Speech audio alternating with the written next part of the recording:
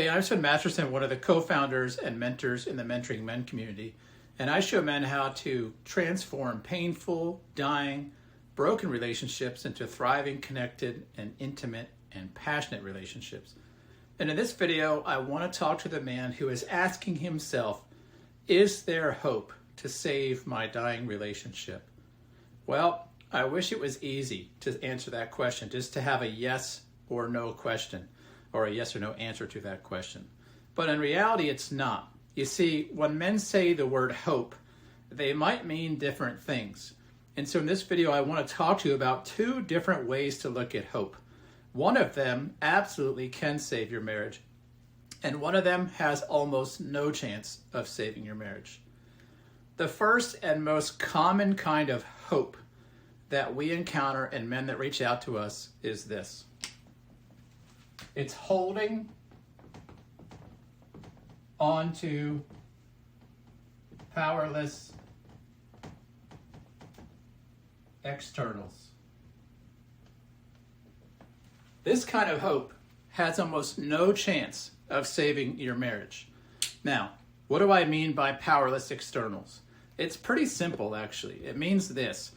If in your insides, you're generally sitting there waiting for your partner to change, if your thoughts are more oriented about other people, if you're having a lot of conversations in your head with your partner who you are at odds with or disconnected from, you're exercising this kind of hope. You're holding on to powerless externals.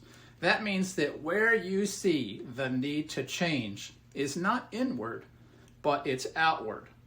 You're walking around in life asking the question, will I be okay? Which is probably why you clicked on a YouTube video that has as the title, Can I Save My Marriage? Is there hope? Because in your way of thinking, hope comes from outside, or the answer to hope. You're fundamentally living in a story where life is happening to you instead of in you. And generally, these men, if you're like this, are waiting for someone else to change rather than leading the way forward in their own lives for change. These men, in our experience, have a very slim chance, really fair to say no chance, of saving their marriage. Now, they might actually stay legally married and coupled in a long-term relationship. It's not that that can't happen. These kind of men easily fall into scenarios where they're together for the kids, or maybe their partner agrees to stay legally bound to them because of the kids. But they're not men that will generally go on to create a thriving, passionate, intimate, and connected relationship. Why? Because they don't know how to, and they hope that their partner will do so. Well, your partner doesn't want that responsibility. Your partner has to manage their own life. And if you're walking around as a man holding on to powerless externals, which means you don't have the power yourself and you're waiting for someone else to express some sort of power to change some part of your life, that puts you in this category. Is there another way to think about this? What kind of man, what kind of hope actually turns things around? Well, let me talk to you about that. These are men that are heading onward, okay, into and are powerfully engaged.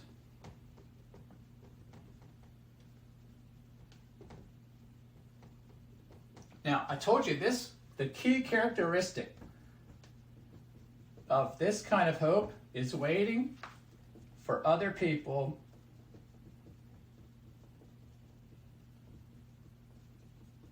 to change.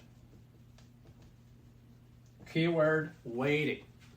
The man with this kind of hope, heading onward, powerfully engaged, is not sitting around thinking about other people. He's keenly aware that if his life is going to change, he has to change. His focus as a man is not on when will my wife or girlfriend change, but what changes must take place in me to head onward in the direction that I have for myself in my life. He's not asking himself, will I be okay? Rather, he says, I will be okay. You see the difference there? One says, will I be?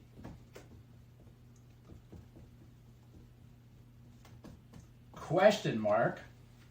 This guy says, I will be okay. He knows. He can say it with an exclamation mark. Exclamation mark, question mark. Huge difference in internal perspective. This guy is not waiting like this man is. He is leading himself onward. Leading versus waiting. He's not waiting for his partner to create the life he wants because he instinctively knows that as it's his life, it's up to him to lead himself forward into it. Now, that guy lives totally different than this guy. This guy has a high degree, a high probability of saving or turning around a failing marriage because he is doing and being the right things. This guy is asking, what do I or they need to do? This guy is asking, who do I need to be? Who do I need to be? This guy is focusing outward, mostly at usually the woman in his life. He's got laser focus on her and what she's doing and when is she changing, when is she going to come back to the relationship. That's a dead giveaway you live in this story. This guy is actually looking inward. He's trying to figure out, what is my responsibility? Who do I love to be? What would I do differently? What do I want to do now? Where do I want to go? What's important to me? You see, that guy, all of his inner dialogue is centered on who he needs to be. Now, a lot of people believe that's selfish. I'm not talking about self-absorption. I'm talking about personal agency, personal responsibility, and ownership. That one that takes the expectation off of other people to create the life I want, and one that says, I must create the life I want. Two different kinds of hope. One that leads to failure and a life we don't enjoy. One that generally leads most men to the life we do. Now, this is just the tip of the iceberg. You might be wondering, well, how do I do one versus the other? Maybe you're stuck here. I want you to know that you can move from this guy to this guy. You can transmute your dead hope, which is really just another way of saying wishful thinking, into true hope, heading onward with powerful intention and heading onward powerfully engaged. You can be that guy, but you have to first address why you're not. It's not really just an act of the will. You just can't say, well, doggone it, I'm just going to tighten my belt and I'm going to be this guy. It doesn't happen that simply. You see, the reason you look this way, the reason if you're a man who looks at others, is because in a lifetime you've learned not to trust the man in the mirror. You've learned to disown parts of yourself, and all that, unfortunately, is coming home to roost. And so at Mentoring Men, what we do is we work with men in these scenarios to learn how to change from this perspective to this one. First, by understanding what made us this way, addressing the shame, fear, anxiety, and insecurity that's behind it, so that we can be really what is a human's natural state when they're not suffering with those things, which is to be this man. If you'd like to find out more about that process, I want to invite you to explore our community for free.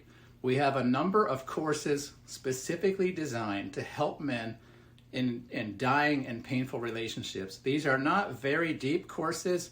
They're an introductory level, but they're free. They'll give you plenty of information to understand these kinds of concepts at a deeper level without asking you for anything investment-wise. There's no funds involved. We're not going to email you every day. We're just going to share with you a number of additional videos that explain some of these concepts more deeply. You can do all of that immediately by just going to the link below in the description. If you found this helpful, I would love it if you give us a thumbs up. you'd subscribe, ring the bell, all that stuff. And I'd also love to hear your questions in the comments. You can add them below. If you mention us, we'd be happy to respond. And I will see you in another video. Take care.